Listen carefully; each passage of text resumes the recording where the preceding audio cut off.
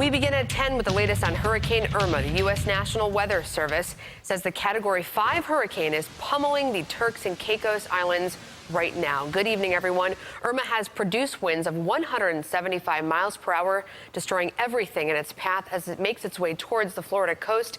Omar Jimenez is live for us in Miami as Irma makes its way towards the U.S. coast tonight. Good evening to you. At this point, Florida is bracing for a direct hit. Governor Rick Scott urging everybody in the state on both coasts to be prepared to evacuate. Now, in the Florida Keys and parts of the Miami and Fort Lauderdale areas, we are seeing mandatory evacuations, but those orders are, quote, absolutely expected to expand as Irma continues to churn in the Atlantic. Hurricane Irma is displaying its brute force in the Dominican Republic and Haiti. This comes one day after the storm ravaged the Caribbean, leaving extensive damage in its wake, including the island of Barbuda. 90% of the homes have been decimated. It's a real sad situation. It's a natural disaster of unprecedented scale. People in Florida are watching closely. Look at the size of this storm. It is wider than our entire state and could cause major and life-threatening impacts from coast to coast. Long lines at gas stations and grocery stores. People boarding up their homes and in some cases preparing to evacuate. We cannot protect you in the middle of the storm. This means you need to plan now on where you need to go. Do not wait. But gasoline is already in short supply. Officials in the state say at the moment it's a top priority.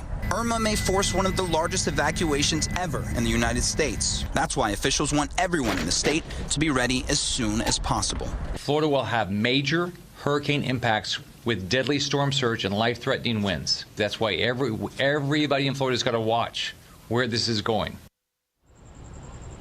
And remember, this comes as those in Texas and Louisiana continue to recover from Hurricane Harvey. In fact, all five living former presidents put out a plea for donations there. Here in Florida, the governor says the roads are going to fill up quickly, which we've already seen, but urges people to just get out as fast as they can. Reporting live in Miami, I'm Omar Jimenez. Omar, thank you so much. Meteorologist Andrew Baglini is tracking Irma tonight. Andrew, good evening. What can you tell us? Good evening. Well, we've been watching the path, and that's what's really important in terms of Florida impacts. And lately, the path has been trending more east, but then today it sort of bumped back a little bit to the west, and the latest path has it right up the middle of Florida. We'll be talking a lot about that coming up. Don't want you to think we forgot about Western New York weather, and we did have a lot of weather here earlier this afternoon. I wanted to start off with a fascinating photo. This was sent into us from a viewer in Buffalo's east side. These are mammatus clouds, and some of you have seen them. It's really a fascinating sight, and the reason they look this way is typically when we have clouds form, it's because of air rising and the water condensing. Well, this is just the opposite. This is cooler air higher up sinking and condensing, and that's why it sort of looks like that. It's almost like clouds forming upside down. Just a really interesting thing, but those are called mammatus clouds, and we typically do see them on the underside of some stronger thunderstorms, and we did have some of those storms today, and right now the focus is south of Buffalo, just a line of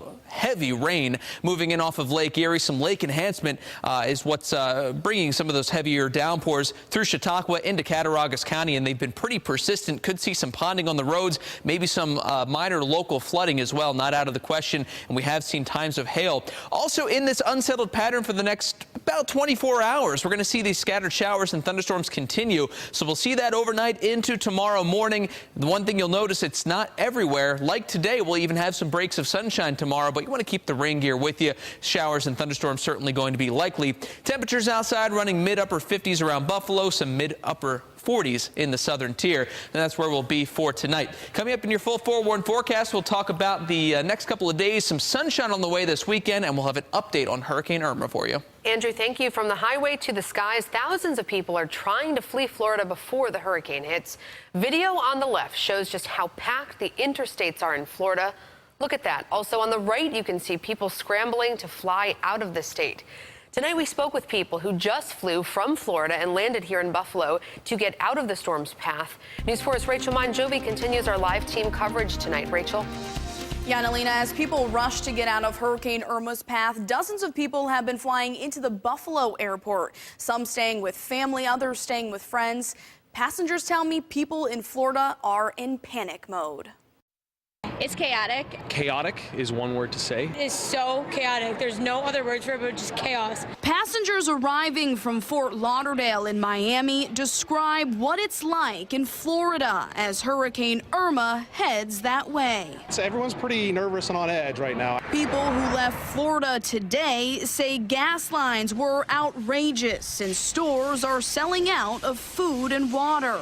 Every gas station had crazy lineups, and some were just totally closed. And there was a line at like 8 a.m. all the way for like 84 Lumbers for everyone to get plywood, wing nuts for their shutters. Every single water bottle was out and every single Publix. Brandon Olson, a Fort Lauderdale native, says he lives near the beach in a mandatory evacuation zone. I'm close to the beach, so I'm in the storm surge area, so I'm concerned that the water, the flooding is going to come in there, and then the wind damage too. Olson is staying with friends here in Buffalo. He says people are heeding warnings after seeing the devastation in Texas. With Harvey last week, I think a lot of people have really taken notice and are just scared. It was a ghost town when I left for the airport this morning. Megan Fears grew up in West Seneca. She now lives in a high-rise on Miami Beach. Well, I'm in the flood zone A. We have mandatory evac. She bought a one-way ticket to Buffalo as she rides out the storm. Although she lives 21 floors above ground, she fears she won't have a home when she returns. Can't take everything with you, so I just picked what was most important. I don't know if we're going to go back to anything. I hope there's something to go back to, but at this point, I'm just glad to be out of there.